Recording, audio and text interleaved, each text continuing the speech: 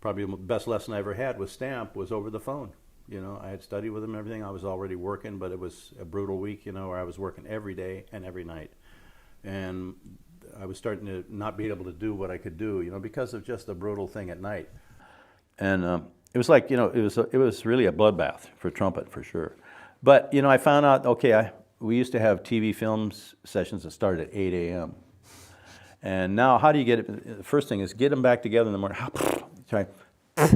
Trying to attack and get the buzz going. It wasn't happening because they were too spread apart. So I called Jimmy Stamp at night and I said, you know, I have to get in, but I don't have any time and I can't get it together. And it was getting pretty emotional with me. I was going, uh-oh, what do I do now? And Stamp said, well, why don't you get your horn now? And I was on the phone because we didn't have a time. I was too busy.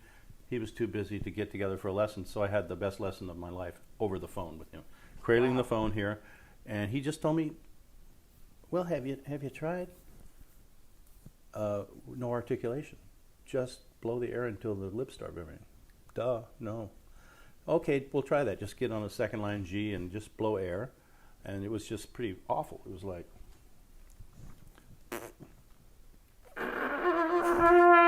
And then finally, after a few tries, a little bit something came out. He says, yeah, good, okay now, but no attack, no tu, ku, pu, or anything. Just start the air and get a comfortable place on your lips and let the lips start vibrating with the air on their own. So, cut to the chase.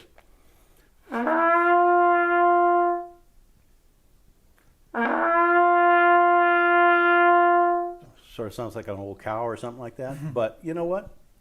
Within 5 minutes, I was at ground zero.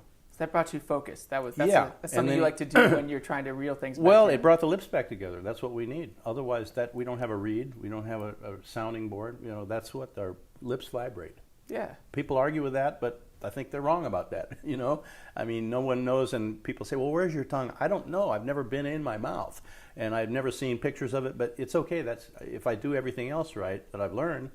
And like I said, why would I stick with anything that going on 60 years of the same thing that works for me? You know, I wouldn't do it if it didn't work.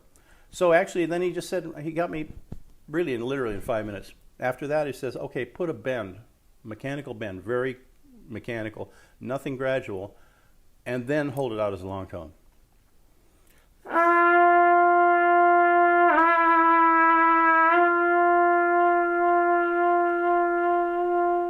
And then hold them out, do a few of those.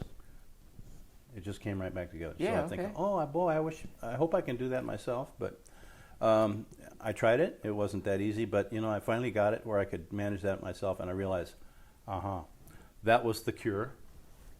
Probably also the prevention. So I set up that way before I do anything else. I'm doing like, you know, those attackless stuff with no.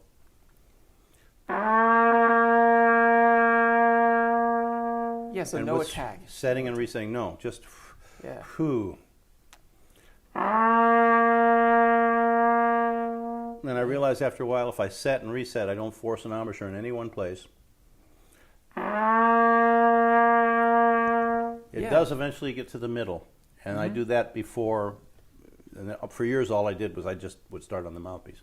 I do that before the mouthpiece. Yeah. And then I'll A-B it. I'll do those long tones, like so.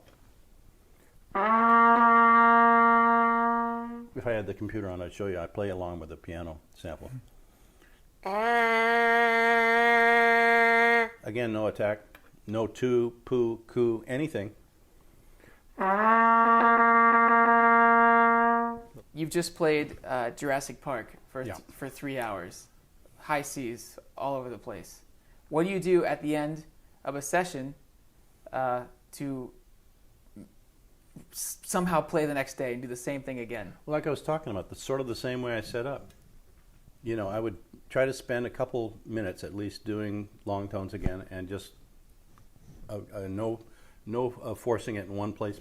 Take it off and just on the lips, comfortable.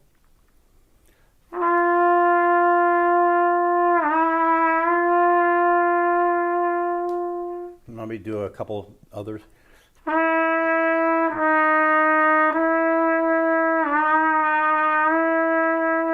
So you move your finger. I noticed you move your finger. Is that a mental thing where while you're Well, doing no, the lip I- bend, you move your finger No, almost I mean, as if to. I'm sampling. I'm comparing it to Right. the actual You're trying to make valve it- mute. Yeah.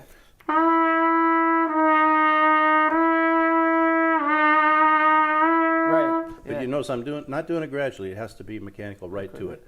And then I would reset, and then I would just do a few of those, a half step down, a half step up from there, and sort of expand it that way.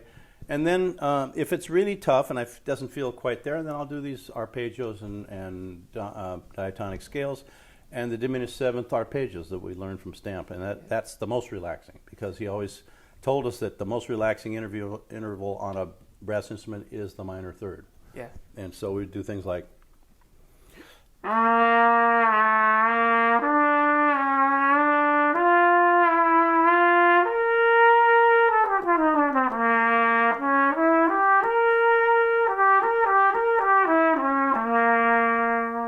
Right.